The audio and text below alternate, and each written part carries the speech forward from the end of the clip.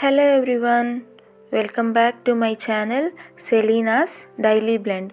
ఈరోజైతే మీ ముందుకు ఒక మంచి క్రాఫ్ట్ వీడియోని తీసుకొని వచ్చేసానండి. అందుకు కావాల్సినవి దియాస్. మీ దగ్గర ఆల్రెడీ ఎగ్జిస్టింగ్వి పాతవి కూడా ఉంటాయి కదా, అవి కూడా యూస్ చేసుకోవచ్చు. నేనైతే ఇవి మా ఊర్లో 2 రూపీస్కి ఒకటి తీసుకున్నాను. అలాగే డోమ్స్ కలర్స్ కావాలి. అలాగే ఒక పెయింట్ బ్రష్ అయితే మనకు కావాల్సి ఉంటుందండి.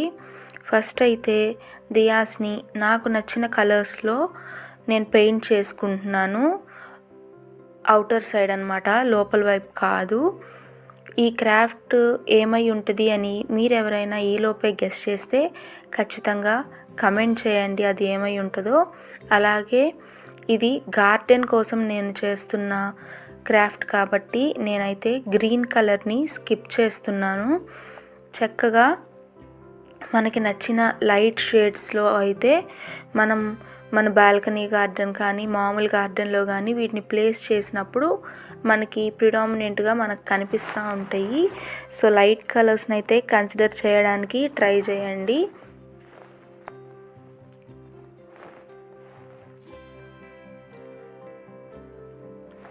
ఇలా చక్కగా మనకు నచ్చిన కలర్స్లో మన దగ్గర ఉన్న పాట్స్ని బట్టి మనం ఎన్ని ప్రిపేర్ చేసుకోవచ్చు అనేది మీరు డిసైడ్ అయ్యి వీటిని అయితే పెయింట్ చేయండి. డబల్ కోటింగ్ అయితే ఇచ్చేసేయండి.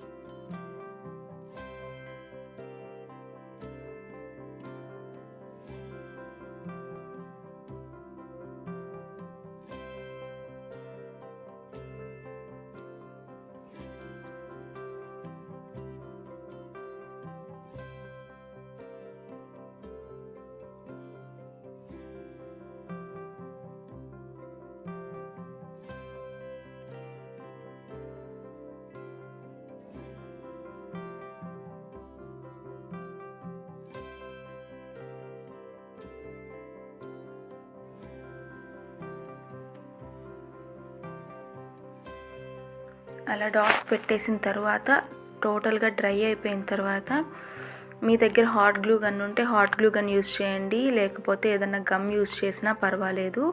నా దగ్గర అయితే ఇలాంటి స్టిక్స్ ఉన్నాయి. ఇవి లేకపోతే మీరు నార్మల్ ఏదన్నా కొంచెం లావుగా ఉండే కర్ర పుల్లలు ఉంటాయి కదా, అవైనా తీసుకోవచ్చు, లేదా పేపర్ని రోల్ చేసైనా తీసుకోవచ్చు. పేపర్ అవాయిడ్ చేస్తే మంచిది, మనం గార్డెన్లో పెడతాం కాబట్టి. ఏదన్నా కర్ర పుల్లలు అయితే బాగా మంచిగా యూటిలైజ్ అవుతాయి. అలా నేను వీటితో అయితే మష్రూమ్స్ని తయారు చేసుకున్నానండి. అంటే మన బాల్కనీ గార్డెన్లో ఒక చిన్న డెకార్ పీస్ లాగా ఉంటుంది అన్నట్టుగా పాట్స్లో కొంచెం అట్రాక్టివ్గా కనిపించడానికి చక్కగా మష్రూమ్స్ని తీసుకొని అలా నాకు నచ్చిన చోట మంచిగా ఎక్కడ కనిపిస్తుంది అనే ప్లేసెస్లో నేనైతే వీటిని ప్లేస్ చేసేసుకున్నాను. ప్లేస్ చేసేసుకున్న తర్వాత అయితే లుక్ ఇలా ఉంది, ఒకసారి చూసేయండి. మీకు ఈ వీడియో నచ్చినట్లయితే, ఈ ఐడియా నచ్చినట్లయితే కమెంట్ చేయండి, అలాగే ఖచ్చితంగా ట్రై చేయండి. Thanks for watching. నచ్చితే లైక్, షేర్ అండ్ సబ్స్క్రైబ్.